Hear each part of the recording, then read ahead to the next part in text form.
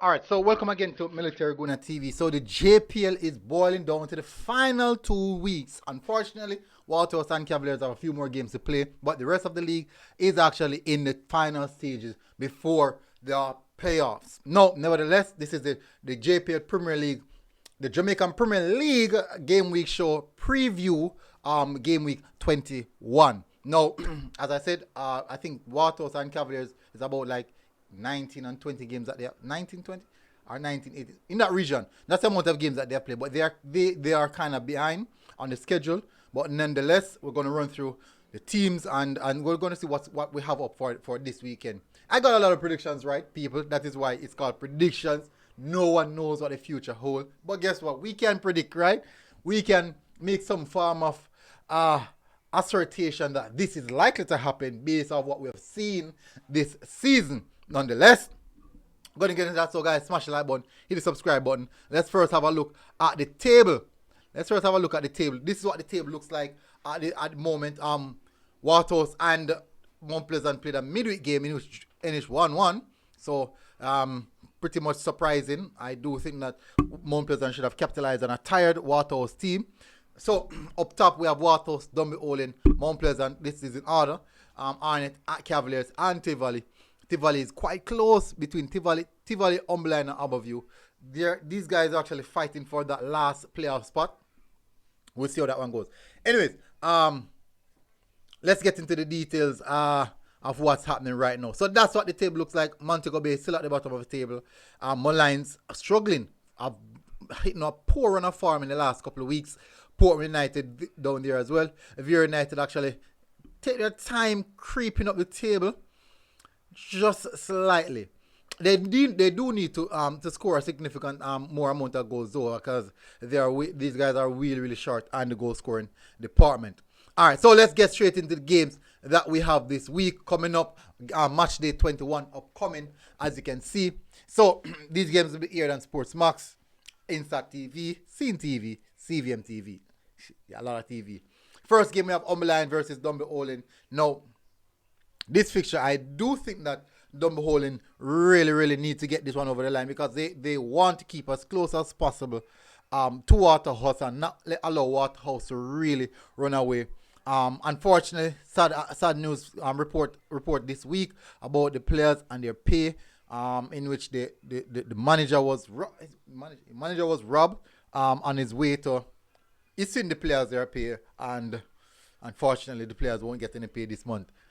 Hopefully they have these things in order and things can actually fill that gap in the meantime. They have money to give the players. But nonetheless, I do think that the work carry on, and I'm expecting Dumby Olin to come up with a good game this time around. I'm not sure how the internal aspect might affect them. In the same sense, Umberline has been playing some good football. Andrew Price has been doing some lovely work in the recent time. They have lost significant low amount of game this season, and the results are not really in accordance to the performance. These guys are performing way above the results that they are getting. But I do think that's going to be a close one. I might say that this is possible a 1-0 in favor of Dumby Olin. Mount Pleasant versus Cavaliers. This is a big game. This is a big game. Some really good games panned out. I think we have Mount Pleasant versus Cavaliers. In this one, I saw Mount Pleasant midweek game. I'm not sure how they can manage 3 games per week or 3 games in that short time span.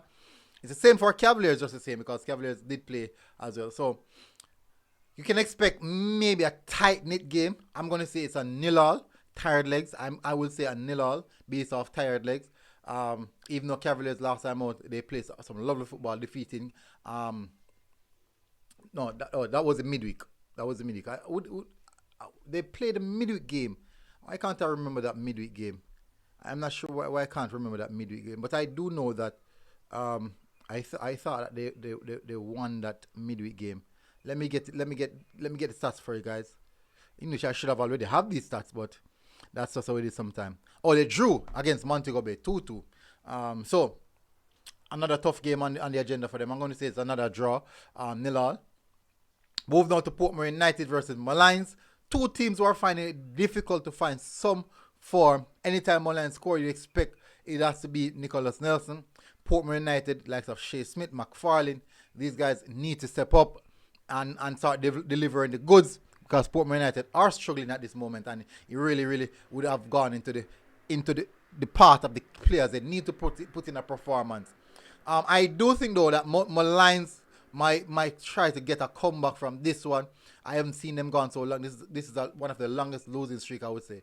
I do think that Lions has a lot of firepower. Tough one. I'm going to say Lions 2, Portman United 1. Tivoli Garden versus Arnett, a magnificent performance over the weekend from Tivoli versus Waterhouse, and unfortunately still not got the 3 points. I do think that they need to put away their chances. Barnett was very active throughout the game, but he didn't put away his chances that he got. Now we're going up against a team like Arnett, who's quite lethal with the slightest opportunities that they get. Gotchi, Cephas, and these guys, Kimo and Herboy, and these guys are quite lethal. I'm going to say for this one, I think Arnett will prevail in this one. I'm going to say Arnett 3, Tivoli 1. Now I'm going over to the Monday evening and night football. We have Waterhouse versus Veer. Another tough game for Waterhouse, going up against a team that love to play a deep block. Waterhouse will have to find some extra gear to get this one over the line. I do think that the quality rest would have deemed them well. I thought that they would have actually put the Waterhouse and Cavaliers game back to Monday, giving these players a little bit more rest, owing to the fact that these guys have played a lot of games in a short time span. Nevertheless, Dumbo I think Dumbo is playing a lot of 3 p.m. games. Dumbo is playing a lot of 3. So JPL maybe need to look into that. They've played a significant amount of 3 p.m. games and not many night games, I would say, or evening games, the 5 o'clock games. But I do think for the Waterhouse versus Veer, I'm going to say Waterhouse. Veer don't really score goals. They concede despite playing with a deep block. I'm going to say that Waterhouse 2-0. Maybe a Shaquille Bradford goal. If Benbow is back, I think Benbow would definitely want to come back and put himself on the goal scoring sheet. So possibly Bradford and Benbow to score both goals. We'll see how that one goes.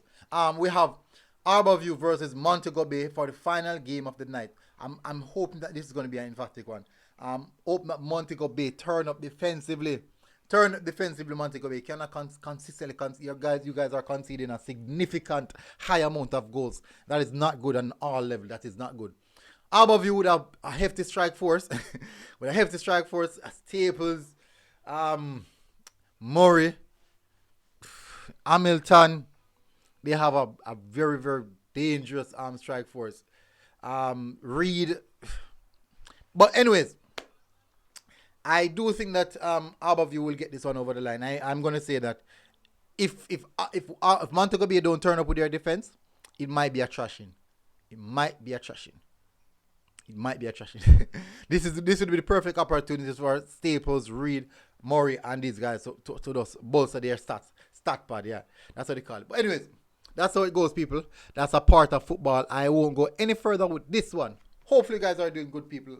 Until next time, Military Guna TV. This is the JPL preview show and game week 21.